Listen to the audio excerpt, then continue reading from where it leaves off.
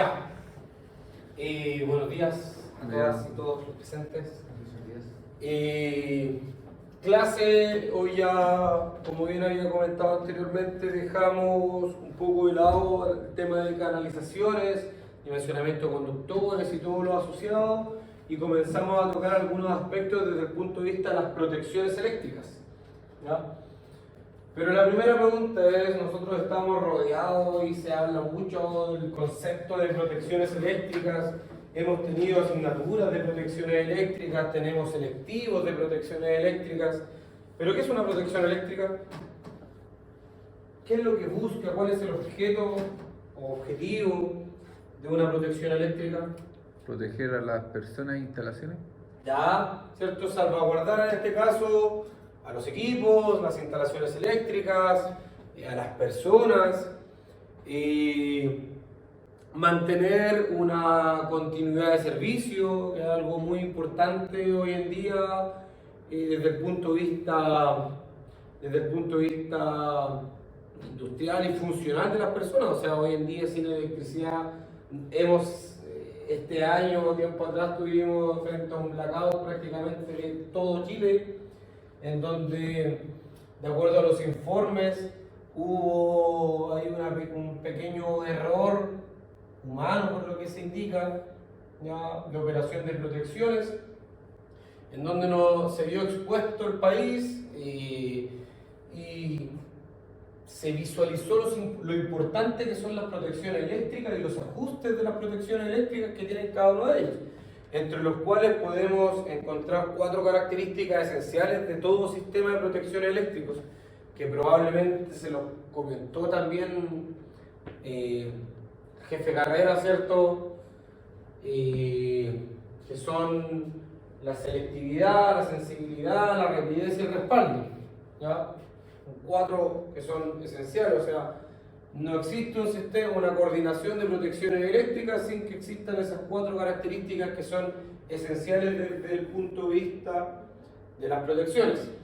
Cabe destacar que cuando nosotros hablamos de protecciones eléctricas en baja tensión, bajamos un poco la escala, ¿ya? Porque ustedes en la carrera han interactuado mucho más con protecciones o han calculado ajustes de protecciones, pero siempre hablando de media y alta tensión, ¿ya? En baja tensión probablemente muy poco lo que les ha tocado ver en la carrera, y principalmente pueden ser conceptos que ustedes traen desde el rubro en el cual se desenvuelven, con la experiencia que han adquirido, ¿cierto? Pero la idea es que acá tratemos de aterrizar algunos conceptos y entendamos cómo funciona desde un pequeño interruptor termomagnético, que es lo básico que nosotros como ingenieros eléctricos deberíamos saber y deberíamos conocer, lograr especificar, lograr saber cuáles son cada una de sus funcionalidades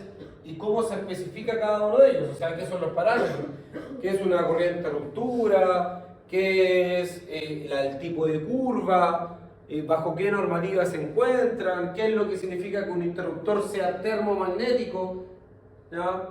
Que es una palabra construida en este caso por 2 términos, térmico y magnético, entonces que podamos desglosar y que tengamos una idea clara de qué es lo que significa cada uno de estos términos. Una protección diferencial, ¿qué es lo que busca la protección diferencial? ¿Qué es lo que significa que sea 2 por 25 amperes, 30 miliamperes? ¿Qué es lo que significan esos 30 miliamperes?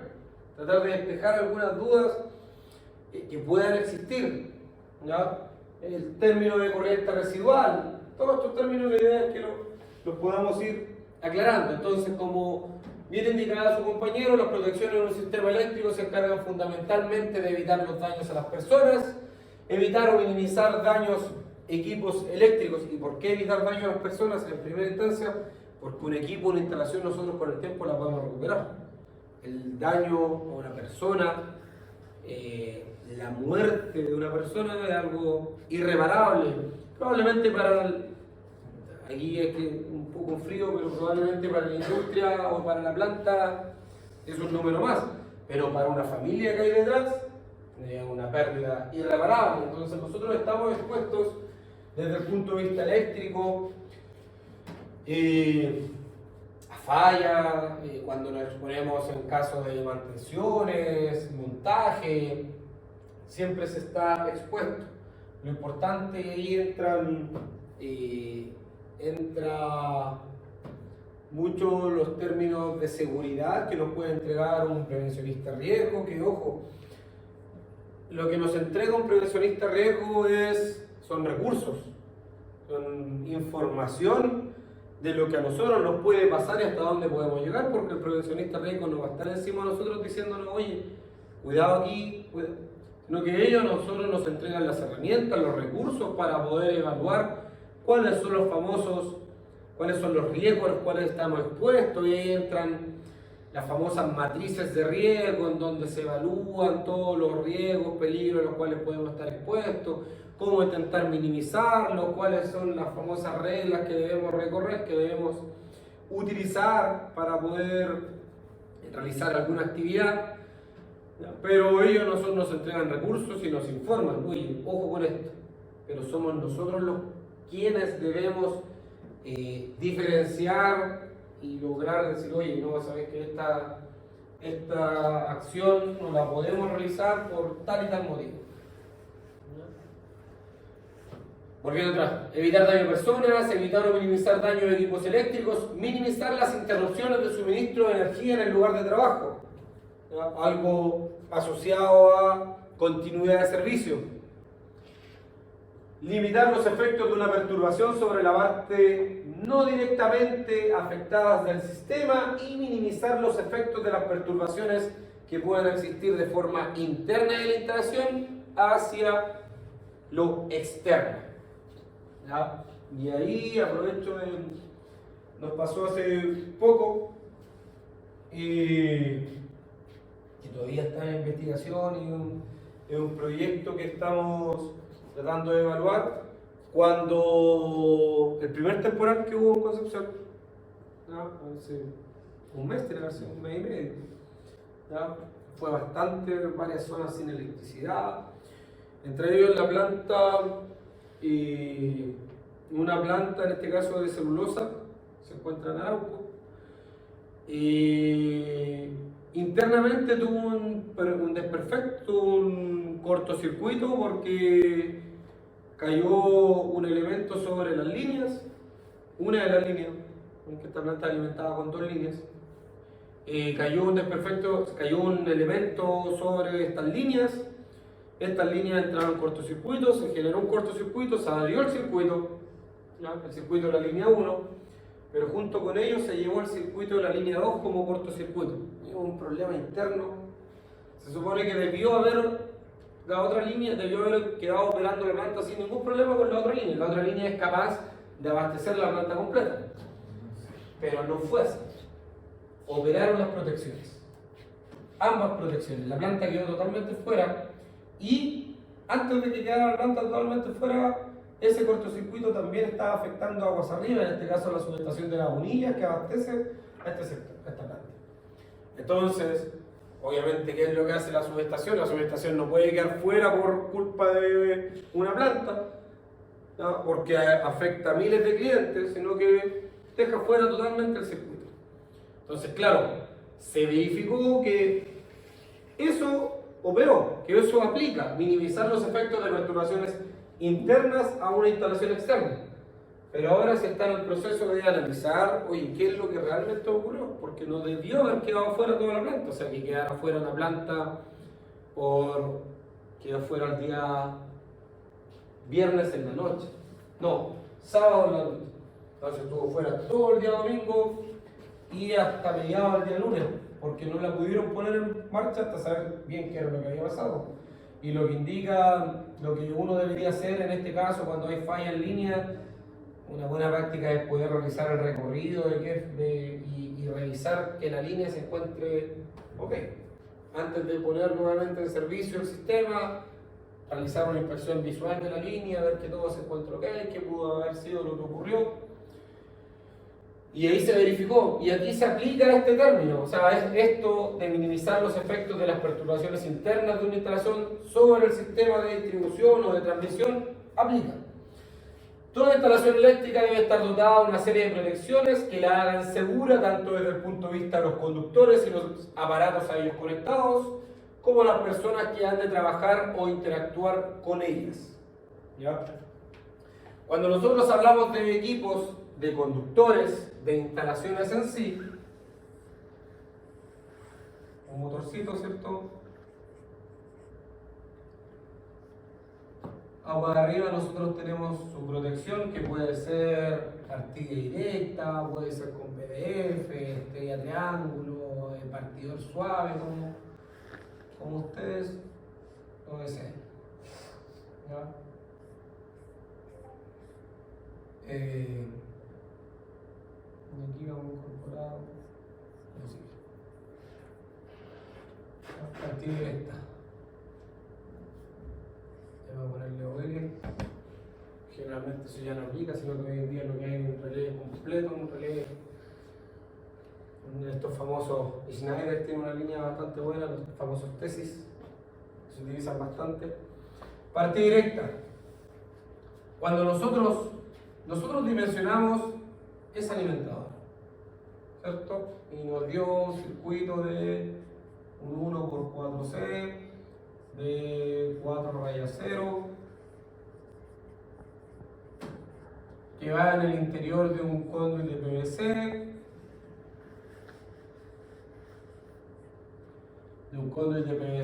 que cumple con la IEC 61386, que es de 75 milímetros cuadrados, quizás 75 milímetros. ¿Ya? Ese es nuestro circuito. Si nosotros le queremos agregar más información, aquí entre paréntesis le podemos poner que estas 3 fases, más tierra de protección.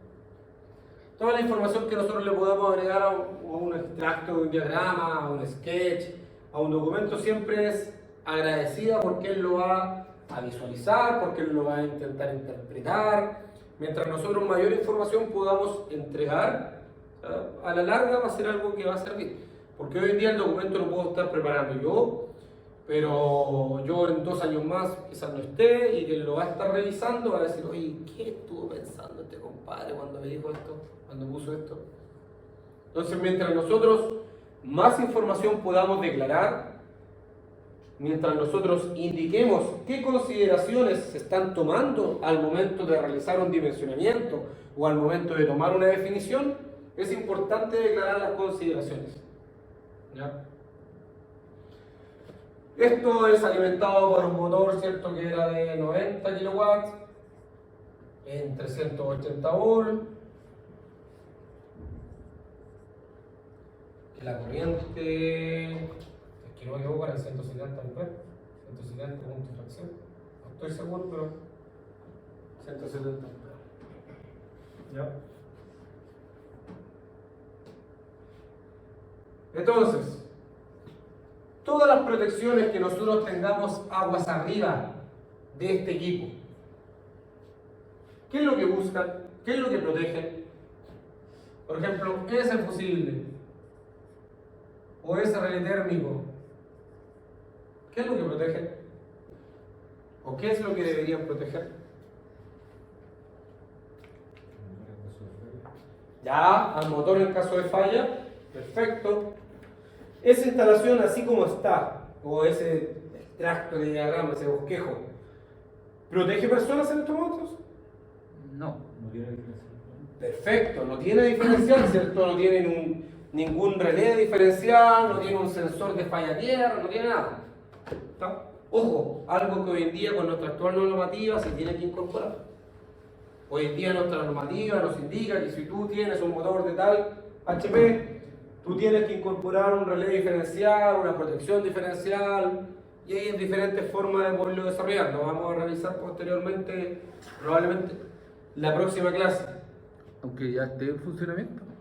No, o sea, si ya está algo nuevo, ya un motor nuevo que se está instalando, se le debe aplicar.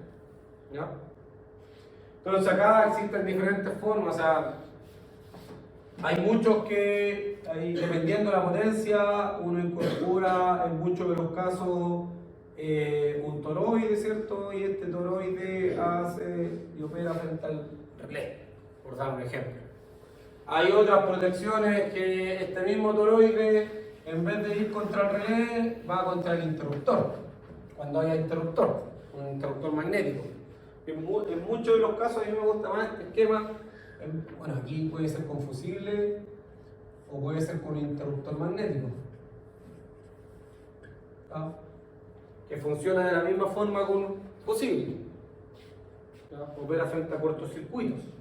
Porque recordemos que en este caso ese esquema tiene una parte que protege frente a cortocircuitos como una parte que ofrece frente a la parte térmica como sobrecargas. Entonces, en estos momentos, como bien decía su compañero, estas protecciones, este grupo de protecciones se están protegiendo en caso de falla, en caso de falla del equipo. Pero, el conductor, ¿nosotros le debemos proteger?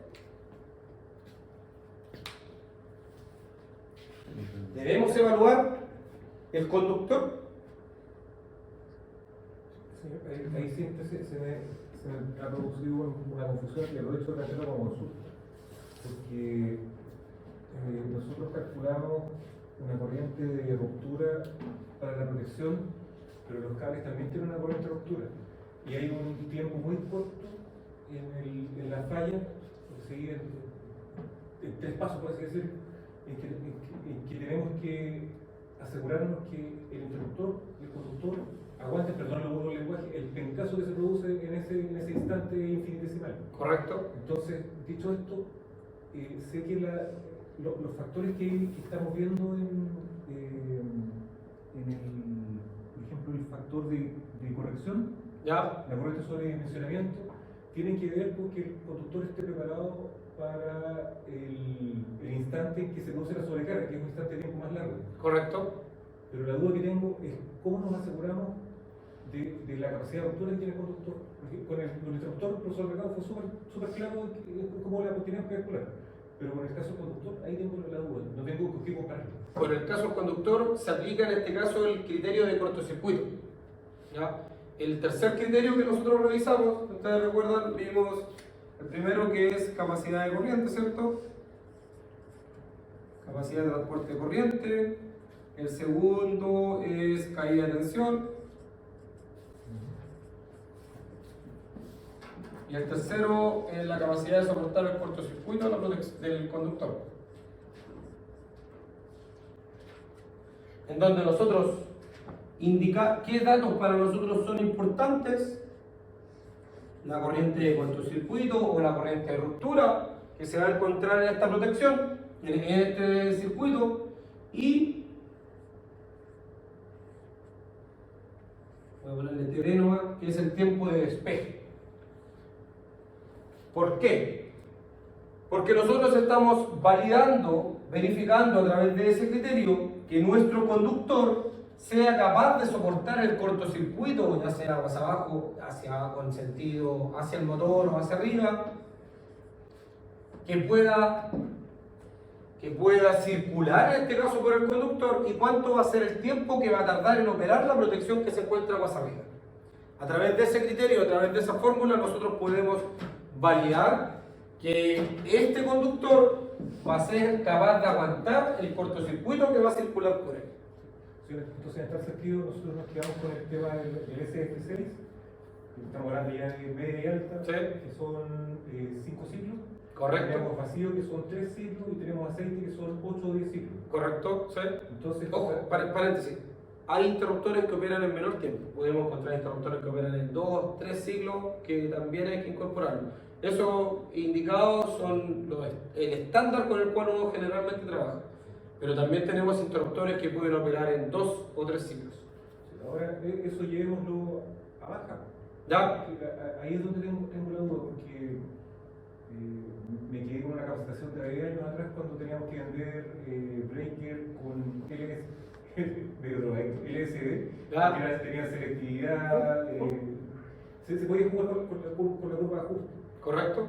Pero como no tenía los conocimientos, el tema del tiempo, los tiempos de despeje, ahí estoy como... Para allá vamos. La idea de esto es como comenzar a introducir estos conceptos para que en la próxima clase podamos comenzar a revisar los tiempos de ajuste, cómo se calcula primero, cómo saber en cuánto tiempo va a operar una protección, cómo saber en cuánto tiempo va a tardar una protección en operar frente a cortocircuito o frente a sobrecarga, ¿ya? Porque, entre paréntesis, existe en interruptores en baja tensión, en los termomagnéticos, una famosa franja de incertidumbre, ¿ya? Que es una pequeña franja que existe en este tipo de protecciones que no se pueden ajustar como ustedes lo hacían en las protecciones en alta tensión, ¿cierto? Que en realidad lo que ustedes ajustaban era el relé y ese relé daba orden de trigo.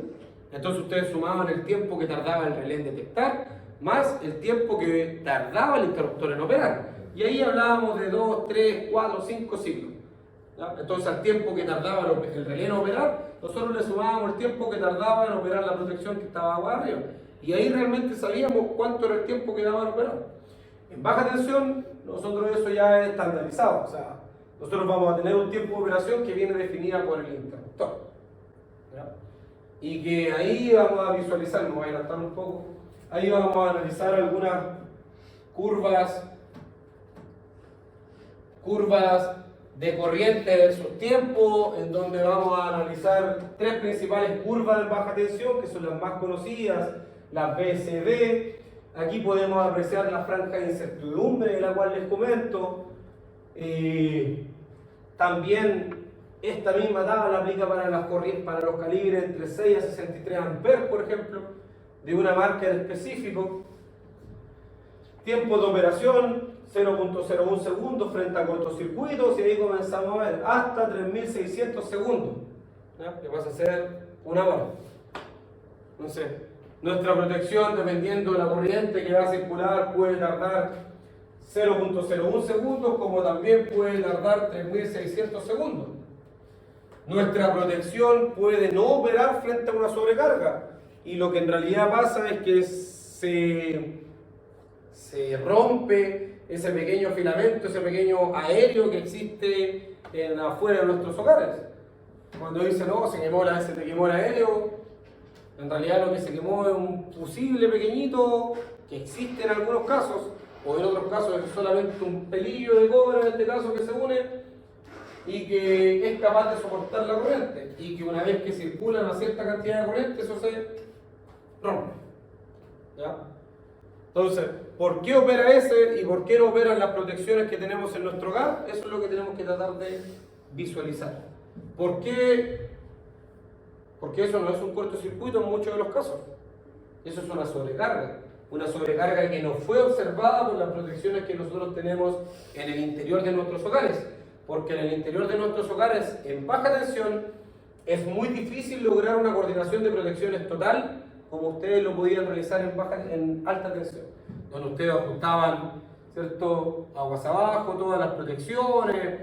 Cuando analizaban motores, analizaban la corriente de partida, que la protección fuera capaz de soportar la corriente de partida, que fuera capaz de analizar cuál era la corriente falla mínima que ustedes tenían, ¿cierto?, analizar la falla máxima, realizar el dimensionamiento, analizar la curva de daño que puede sufrir el conductor, que la protección sea capaz de soportar todo esto, ¿cierto?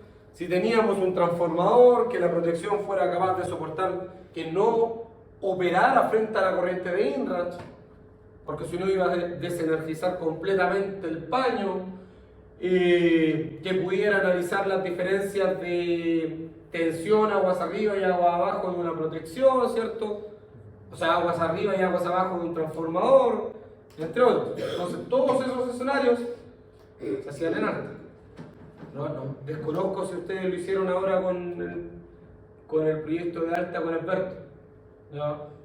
Pero sí estoy casi seguro que lo tienen que haber realizado con Juan Carlos, ¿cierto?, en el análisis de protecciones, en donde revisan muchos casos, analizan diferentes tipos, o probablemente lo estén viendo ahora con Yandy. No sé en qué estado está eso, o si ya lo vieron con Yandy. Entonces, todos esos casos ustedes lo evalúan. En baja tensión, esos casos de cierta forma no se pueden analizar. Yo no le puedo incorporar a una protección termomagnética modular que tenemos en nuestro hogar en cuánto tiempo operar. Eso viene definido, viene de fábrica, viene en función de la protección.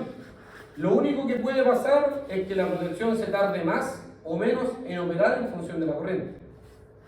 Pero superado un umbral, va a operar por cortocircuito y antes de ese umbral no va a operar por cortocircuito. ¿Sí?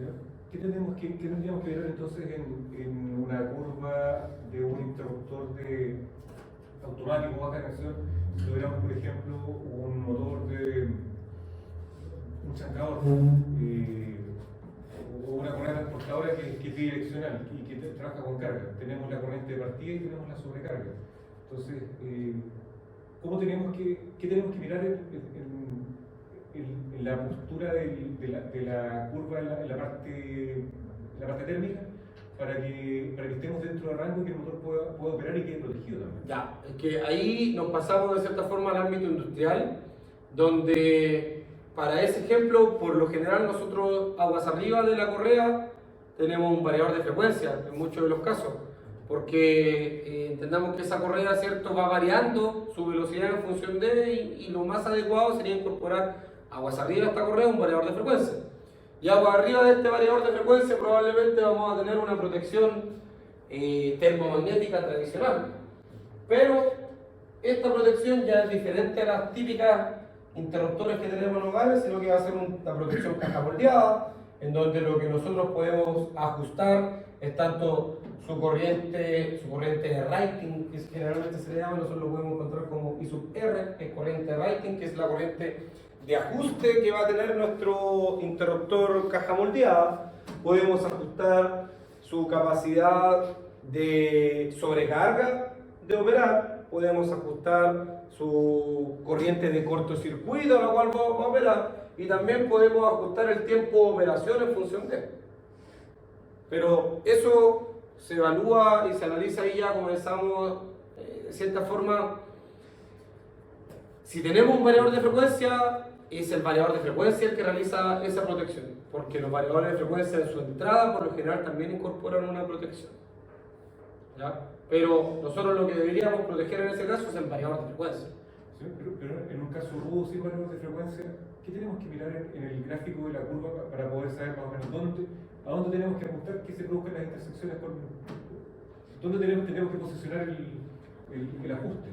Ya, si no, es que ya veamos, imaginemos que fuera un motor más pequeño, ¿ya? Hasta 63 amperes, ¿ya? Hasta 63 amperes.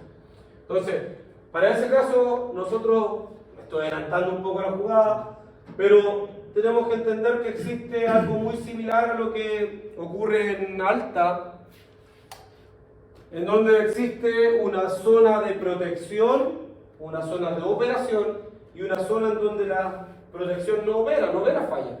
No existe una sobrecarga, no existe ninguna falla. Porque hay sobrecargas que sí son fallas y otras sobrecargas que son sobrecargas normales dentro de un sistema. Como por ejemplo la energización de un motor, que es una sobrecarga normal, que debe existir, que nuestras protecciones deben permitir y deben asimilar como sobrecargas normales, ¿ya? Por ende, que una protección me opera frente a una sobrecarga, significa que el ajuste que estoy realizando, que la protección no está correctamente diseñada. Entonces, si nosotros nos paráramos acá y queremos que nuestra protección en ningún momento opere, siempre debemos estar en este rango, en este sector de la curva. Porque en este sector de la curva nuestra protección nunca va a visualizar una sobrecarga ni una falla. ¿Puede existir una sobrecarga? Sí. Pero por el tiempo en el cual ocurre y la corriente que alcanza, esto no se alcanza a visualizar. La protección no lo alcanza a tomar como sobrecarga o como cortocircuito. Después voy a detallar esto, vamos a rayarlo, vamos aquí a armar un esquema, porque por ejemplo, esta gráfica se ingresa con el famoso N que ustedes ingresaban en protecciones, que es, generalmente lo declaro como corriente del circuito o corriente que circula. Es que no siempre es la nominal, porque cuando nosotros tenemos una sobrecarga es más que la nominal. pero si indicamos que corriente que circula por el circuito es realmente la corriente que está pasando en el momento, ¿ya? Dividido por la corriente nominal, ¿ya? O en otros casos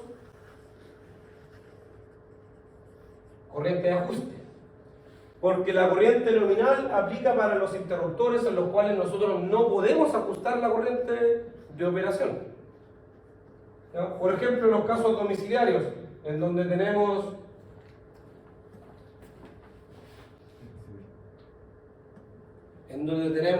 los miniature circuit breakers, los MCB, ¿cierto? En donde esto viene con una corriente definida de operación y nosotros no lo podemos ajustar. Pero también tenemos los famosos MCCB, ¿ya? Los famosos circuit breaker caja moldeada, en donde hay una gran gama de protecciones.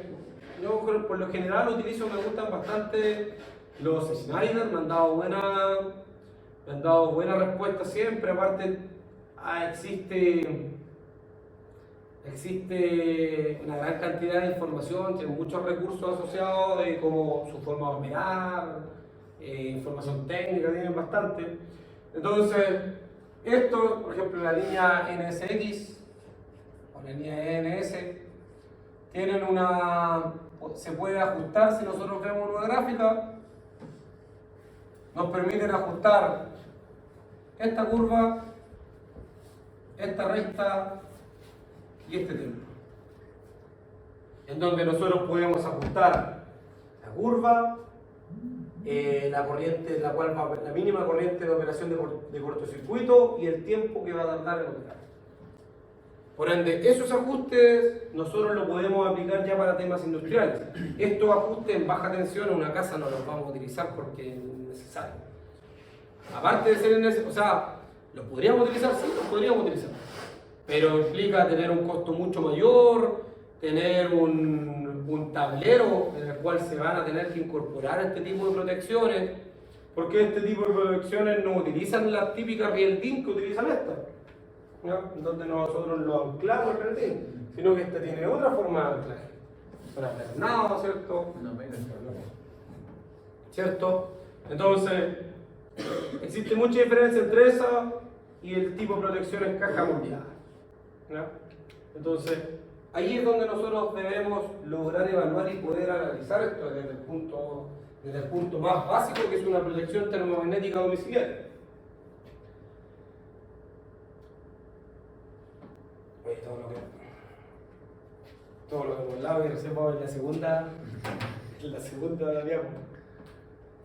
Ya, entonces, protecciones frente a qué.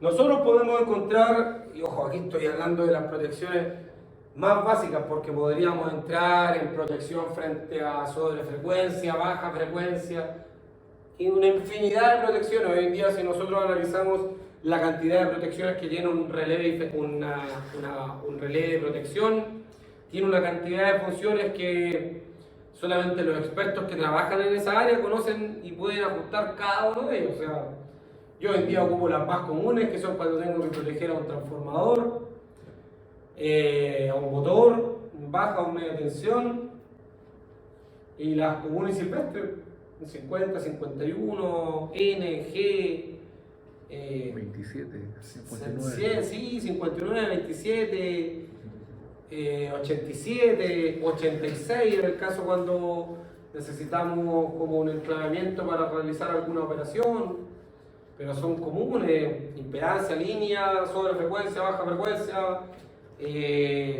potencia inversa en muchos de los casos, relé de potencia, pero cortocircuito, ¿cierto? Sobrecargas, pero más que eso no utilizamos, ¿ya? Pero acá solamente estamos aplicando a baja tensión, en este caso con protecciones eléctricas, como protección termomagnética, protección diferencial. Entonces nosotros podemos encontrar frente a tres típicas fallas en las cuales podemos estar expuestos, como cortocircuitos, sobrecargas y contactos directos e indirectos. ¿Qué es un cortocircuito? ¿Puede ser pregunta de certamen? Una de esas dos va a aparecer. ¿Qué es cortocircuito o qué es sobrecarga? ¿Y cómo se protege? ¿Qué es cortocircuito? Es un aumento exponencial de la corriente en el circuito debido a una falla y que ocurre en un tiempo infinitesimalmente pequeño. Ya. ¿Y se puede producir debido a qué? A una falla. Pero, ¿cómo puede ser esa falla? ¿Qué puede causar ese aumento exponencial de corriente? Un evento no deseado como un contacto de la parte energizada con la carcasa, por ejemplo. Ya. Hacer una fuga hacia tierra. Ya, una fuga a tierra, ok, protección contra contacto directo e indirecto. El contacto ya sea accidental o intencional de dos partes que se encuentran energizadas con diferente potencial, ¿cierto? Con diferente nivel de tensión y que existe en este caso al realizar este contacto una impedancia que tiende a cero. ¿Ya? Por ende eso ejerce una corriente exponencial en nuestros casos. Sobrecarga, y acá se divide, ¿cierto? Sobrecargas que son normales dentro del sistema, como por ejemplo se energiza un transformador, se energiza un motor, son sobrecargas que existen dentro del sistema. ¿Ya? Es una perturbación que va a existir en el sistema, pero que nosotros debemos entender como sobrecargas normales dentro del sistema. Cuando se energiza un banco condensador también se habla de inrush. También existe una perturbación. ¿Ya? Y en el caso de sobrecargas que son anormales dentro de un sistema, ¿cierto? Esas sí debemos protegerlas, sí o sí. Y protecciones contra contacto directo e indirecto que los vamos a revisar. ¿Ya? Cortocircuito, lo acabamos de comentar, algunas de las causas, ¿cierto? Podemos encontrar rotura de conductores, sobretensión eléctrica de origen interno atmosférico y la degradación del aislamiento provocada por el calor o la humedad del ambiente. Dispositivos con los cuales podemos proteger, fusibles, interruptores termomagnéticos, sobrecargas, y lo acabamos de comentar, ¿cierto? Ojo, las sobrecargas deben protegerse ya que pueden dar lugar a la destrucción total de los aislamientos de una red o un equipo conectado a ella. Una sobrecarga no protegida, con el tiempo, terminará convirtiéndose en un cortocircuito. ¿Ah? Nosotros al principio no la podemos proteger. La sobrecarga va a existir. Claro, al principio no va a causar nada. Pero con el tiempo esa misma sobrecarga comienza a degradar los equipos, comienza a degradar el conductor. Que ese conductor, al final, va a terminar causando un cortocircuito. ¿Ya? Ese cortocircuito va a causar que falla. Los dispositivos más empleados, ¿cierto? Podemos encontrar algunos tipos de fusibles, interruptores termomagnéticos, relés térmicos. Contactos directos e indirectos. Contacto directo es cuando nosotros literalmente vamos y interactuamos con una parte del circuito que se encuentra energizado, ya sea de forma intencional, como hemos visto en muchos de los casos. Hay algunos videos ahí que andan circulando donde las personas interactúan directamente con la parte eléctrica energizada, o contacto indirecto en donde nosotros tocamos una parte, un equipo que no debería estar energizado y que tenemos el contacto. Pasaba mucho, yo me acuerdo mucho cuando era más chico con las lavadoras.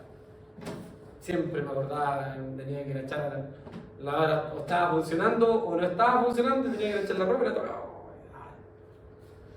O también con las duchas eléctricas.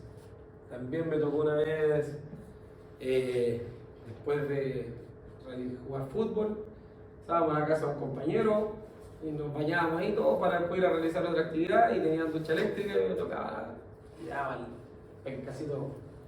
Entonces, esos son contactos indirectos, que son partes de una instalación que no deberían estar energizadas, pero que por ABC motivos se encuentran conectados. En el caso del motor, si nosotros vamos y estamos revisando, no sé, la placa de conexión o el conector en la caja de conexión y tocamos esta parte y nos causa una pequeña descarga en el cuerpo, significa que en algún punto ese equipo no está correctamente conectado y que no está puesto a tierra de forma correcta.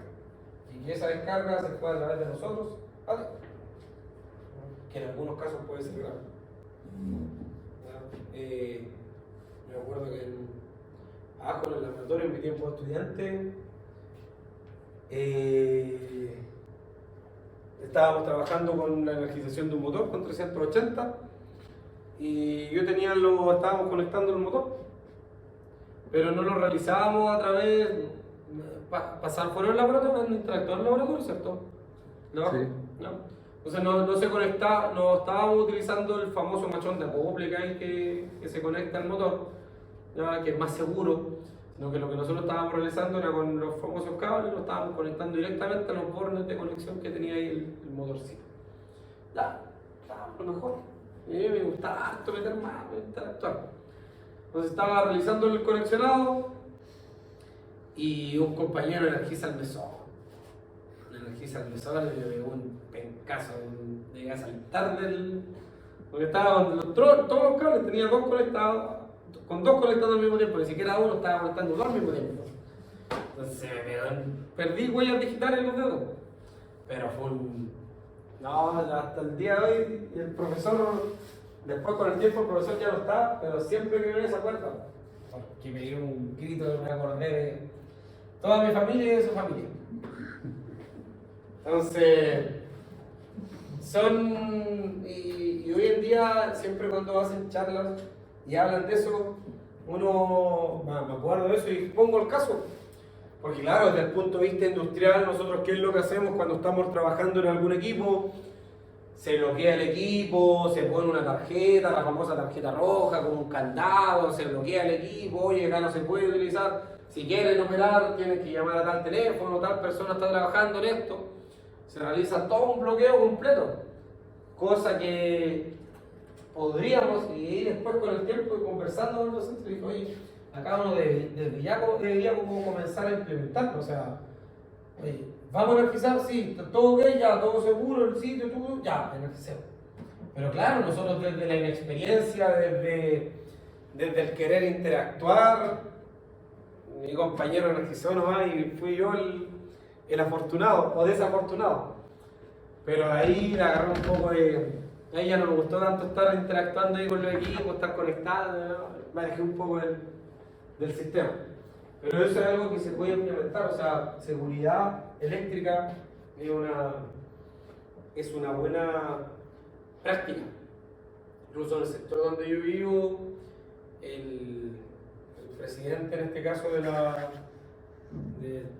como junta de todos los vecinos que se encuentran ahí, a los diferentes profesionales que hay en el área le pide que haga una pequeña charla. Y ahí realicé una pequeña charla de seguridad. Una de mis mejores amigas de cierta forma es prevencionista riesgo, ella está de la mano con la área eléctrica, trabaja mucho ligado al área eléctrica, porque ojo, no existe. Uno habla del área eléctrica, pero no todos realmente conocen o están insertos en el área eléctrica. Entonces, y realmente ven los riesgos a los cuales pueden estar expuestos. Entonces ella se especializó y se metió mucho en el área eléctrica. Incluso se conoce, ha participado de charlas de la NFPA, ¿no? Sabe mucho. Incluso de repente, oye, no, pero esta distancia de seguridad que tenía acá no es correcto, debería incorporar. Oye, ¿dónde no? Entonces, sabe mucho. Desde el punto de vista de seguridad e implementación, en este caso eléctrica, sabe bastante. Entonces, realizamos una pequeña charlita, una pequeña capacitación, y que el otro día estuvimos aquí conversando porque se quiere, acá en la carrera faltan algunas asignaturas como desde el punto de vista de seguridad eléctrica asociados. O sea, probablemente nos vamos a traer, no vamos a venir y vamos a desconectar un seccionador fusible, una vértiga, sino que se va a explicar algunos conceptos básicos que todos deberíamos conocer, que probablemente nosotros conocemos, pero que a dónde se quiere apuntar al resto de personas que interactúan en la misma facultad, estudiantes de otras carreras que puedan participar, que puedan una pequeña charla de exposición de muchas veces los pequeños conceptos aportan bastante. ¿Ya? Contacto indirecto, todo esto lo acabamos de conversar y pasamos con las protecciones, o la primera protección en este caso, que es la termomagnética. Protección termomagnética, como bien su nombre lo dice, es una protección que opera frente a una parte térmica como una parte magnética. La parte térmica se preocupa o visualiza y opera frente a una sobrecarga, y la parte magnética opera frente a un cortocircuito. ¿Ya? Internamente, vamos a ver después una imagen. Esta protección, para protección de sobrecargas, tiene un bimetal, ¿cierto? Bimetal que se llama porque está compuesto de dos materiales metálicos distintos, que al realizar esta aleación existe una diferencia, al existir una diferencia de temperatura en función de la corriente que está circulando, esto genera un aumento de temperatura. Al realizar ese aumento de temperatura, este famoso bimetal se cambia su estado, ¿cierto? Se produce una pequeña deformación, se genera una famosa deformación, y esa deformación genera la operación de la palanca de accionamiento. Y por el lado de cortocircuito existe una pequeña bobina de disparo, ¿ya? Donde circula la corriente, una pequeña bobina de disparo que, ojo, si uno ve otros interruptores por dentro, que lo vamos a ver también, tienen otra forma, pero en sí cumplen toda la misma función, tienen los mismos elementos. Entonces esta bobina genera aquí un pequeño contacto, se mueve esta bobina y esta bobina genera aquí el accionamiento de la palanca, ¿ya? Que opera frente a cortocircuitos, y el bimetal que opera frente a sobrecargas. Entonces, sobrecargas lo que va a generar es operación por temperatura que alcance este equipo en función de la sobrecarga, y el cortocircuito va a operar frente con esta bobina que va a dar una pequeña orden, un pequeño movimiento, y que esto va a operar los contactos. ¿Ya? Su protección obviamente protege cortocircuitos, sobrecargas y el circuito en sí. Ojo, esta protección no protege personas, ¿ya? Y en muchos de los casos me ha tocado asistir a algunas casas donde no, si las protecciones se encuentran todas. Los interruptores, los automáticos, los cambiaron hace poco y no. Señora, pero ¿y si le hicieron esta actualización diferencial? No, pero si la persona me dijo que con esto estaba ok.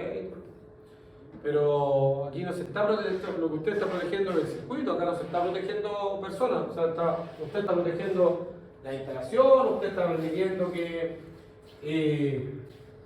en los enchufes usted pueda conectar hasta un cierto nivel de corriente, pero en caso de un contacto no está siendo protegido. O sea, no, nada más, si la suelta en este caso el circuito, claro, bajo tensión es distinto, o sea, con 220 volts en el caso domiciliario, lo que uno alcanza a sacar la mano, una pequeña descarga, si es que uno reacciona de forma rápida, y va dependiendo también mucho del cuerpo, ¿ya? Obviamente una descarga en un niño versus una descarga en un adulto, los cuerpos reaccionan totalmente distintos, ¿ya? Entonces acá tenemos tres tipos de protecciones: monopolar, bipolar, tripolar, ¿ya? Bipolar, que en el último tiempo, desde la entrada en vigencia de los RIC, tomó bastante importancia desde el punto de vista que hoy en día la normativa nos indica que para instalaciones desde cierto nivel de corriente y desde cierta cantidad de circuitos se debe aplicar la famosa protección omnipolar, ¿ya? En este caso protege tanto la fase como el neutro, que lo vamos a revisar después posteriormente, que es lo que se indica en los RIC, tanto en el RIC 2 como en el RIC número 10. ¿Ya? Internamente podemos visualizar, a ver si lo logro que se vea más grande. No, está difícil. No quiero dibujarlo porque en cualquier momento. Mejor dejémoslo así. En donde podemos visualizar el ingreso o salida de los conductores, ¿cierto? Bornes de conexión, chifones de conexión, el famoso bimetal, la palanca de accionamiento, un pequeño contacto fijo, el contacto móvil, en este caso que va asociado y va conectada a la bobina, la camarita de extinción del arco eléctrico, entrada de aire para la disipación de temperatura que se encuentra en el interior de este interruptor. Y acá que el YouTube sirva para algo más que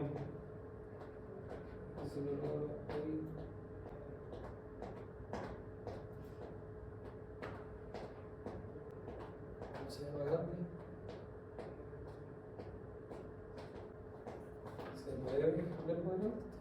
Arriba parece, superior. Bueno. Ahí.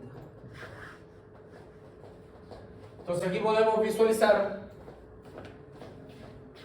visualizar, ¿cierto?, el pequeño arco eléctrico que se genera con la operación de la bobina y cómo realiza la operación el interruptor.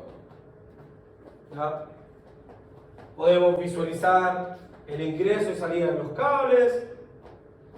Obviamente debe estar circulando una corriente que causó en este caso un cortocircuito, en donde la bobina y todo el elemento se mueve, ¿cierto? Genera un pequeño arco eléctrico que es despejado en la cámara de extinción y esto genera un movimiento en la palanca, en el aparato móvil, que podemos visualizar acá arriba, y esto genera aquí el movimiento, la acción de la palanca de operación. Aquí podemos visualizar desde el punto de vista frente a un cortocircuito, no es una sobrecarga. Ni siquiera leo lo que dice arriba porque no sé, ha sido operado termomagnético por dentro en una falla. ¿Ya? Podemos visualizarlo desde el punto de vista. ¿Ah? Sí, un cable amarillo y verde, como amarillo y azul, no sé si.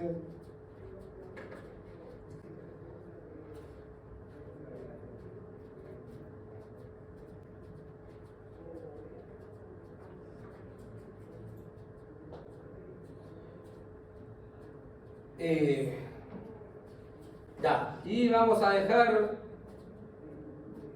descrito un poco, vamos a comenzar a introducir un poco lo mismo que estábamos conversando antes de cuánto tiempo tarda en abrir exactamente el interruptor, en despejar, abrir, despejar, el magnetotérmico en caso de una sobreintensidad o un cortocircuito. ¿Cómo podemos obtener estos tiempos en el caso de interruptores de baja tensión? Ya, los famosos MCB, ya,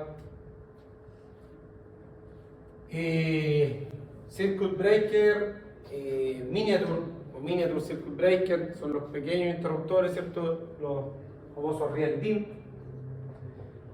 ¿Cuánto tiempo tardan en abrir? Esto lo podemos calcular o estimar de acuerdo a lo que nos indican las curvas de disparo que nos entrega cada uno de los fabricantes.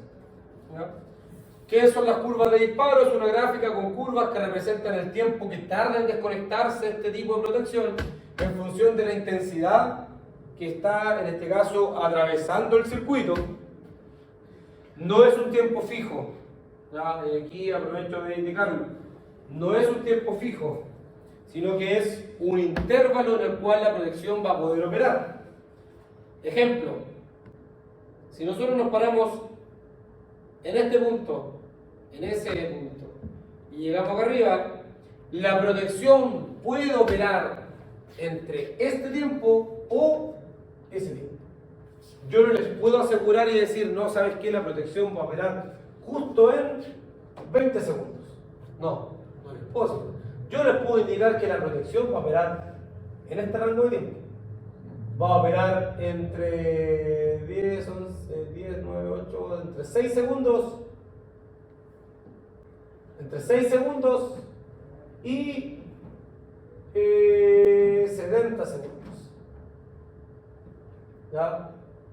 6 y 70 segundos. Eso les puedo asegurar yo. En ese tiempo va a operar la protección. Si lo analizamos, o sea, es una diferencia 6 segundos y más de un minuto. O sea, la protección va a tardar casi un minuto en operar frente a una sobrecarga. Que, ojo, esa sobrecarga en ese minuto puede ser que ya no exista. Puede ser que esa protección ya, cuando pase el minuto y realmente vaya a operar la protección, puede ser que esa sobrecarga no exista. Porque puede ser que solamente ese pic de corriente se produjo cuando el hervidor estaba terminando de generar, de calentar en este caso el agua. ¿Ya? ¿Cuánto tarda en un hervidor en calentar agua? ¿2 minutos? ¿Ya? Entonces, esos 2 minutos nosotros los podemos encontrar acá sin ningún problema. Un hervidor puede estar funcionando y podemos conectar el microondas y pueden mantenerse los dos conectados. Pero una cantidad de tiempo, si tuviera una cantidad de tiempo, probablemente esa protección va a operar dependiendo de la corriente que tenga la protección aguas arriba de este circuito. Porque un hervidor eléctrico, ¿cuánto consume? Debe estar consumiendo 2000 watts, son 9.19 amperes. 9 amperes. Y un microondas o un horno eléctrico son 2000 watts más. No tenemos 9 puntos y tantos amperes. No tenemos casi 18 amperes. Si esto estuviera conectado a una protección que aguas arriba es de 16, estaríamos en una constante sobrecarga. Tenemos 18 amperes circulando frente a un interruptor de 16 y les aseguro que la protección no va a operar de forma instantánea. Lo vamos a analizar en la próxima clase. ¿Está? Lo vamos a analizar después para que quede grabado, porque este análisis, esto que está acá, también es un ejercicio de certamen. Entonces, lo mismo que vamos a realizar en clase. Vamos a analizar un valor de corriente, vamos a analizar en la gráfica y vamos a indicar, ok, frente a 18 amperes, la protección tarda 100 segundos como 3600 segundos en operar. Ese es el rango que tarda en operar la protección que se encuentra alimentando tal circuito, por dar un ejemplo. ¿Ya? O sea, ese análisis lo vamos a desarrollar y lo vamos a tratar de analizar, aclarar y tratar de despejar dudas que pueden existir. En esto siempre ha existido una cierta, no sé si desconocimiento, pero una doble interpretación de cómo operan las protecciones termomagnéticas. ¿Ya? El tema de la franja de incertidumbre, el rango de tiempo, lo que tardan las protecciones, ¿por qué no existe una coordinación total en baja tensión? También les voy a dejar ahí un video para que puedan visualizar en su tiempo libre, cuando quieran por ese motivo visualizarlo. De Legrand, creo yo. Explican el término de selectividad, cómo lograr una selectividad total. Indican que, por ejemplo, para tener una selectividad y una coordinación total en las protecciones, si yo tengo una protección de 16 amperes, aguas arriba, por ejemplo, tengo que tener una de 63. Para que realmente existe una selectividad y una coordinación total, en donde yo diga, ok, va a operar primero la más cercana al circuito y luego la aguas arriba. Porque en baja tensión, si nosotros tenemos un circuito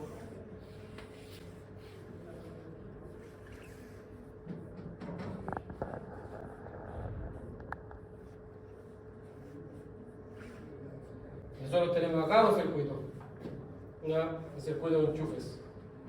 Y acá tenemos circulando cierto valor de corriente, ¿ya?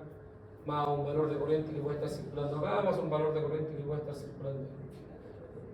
Entonces, ¿cómo ustedes me pueden asegurar a mí que va a operar esta protección antes que esta protección? En baja tensión es difícil de analizarlo, o no se puede asegurar, porque las curvas, esas famosas curvas, que pueden ser dos distintas, recordemos que estos son, aquí existe una franjita, ¿cierto? Esa franjita. Puede ser que esas curvas en algún punto se solapen. ¿ya? Entonces, al existir eso, ustedes no van a saber en qué punto realmente opera la protección. Después lo vamos a analizar con más detalle, un grabado, pero lo vamos a analizar desde el punto de vista en donde vamos a ver que las curvas se pueden interactuar entre ellas y no podemos asegurar cuál es la protección que opera. Voy a intentar, instalar una aplicación se llama XL Pro, que es de Legrand, en donde en esta es una aplicación para baja tensión, en donde uno puede incorporar las protecciones que tiene el diagrama lineal y se analizan cómo se solapa, cómo interactúan las curvas, cuál es la coordinación que se tiene, y entrega un análisis desde el punto de vista de coordinación de protecciones. Incluso hay un video en YouTube que les voy a dejar ahí como recomendación posteriormente, en donde esto se visualiza. ¿Dudas? ¿No? ¿No? Entonces, el día de hoy cerramos la clase con esto.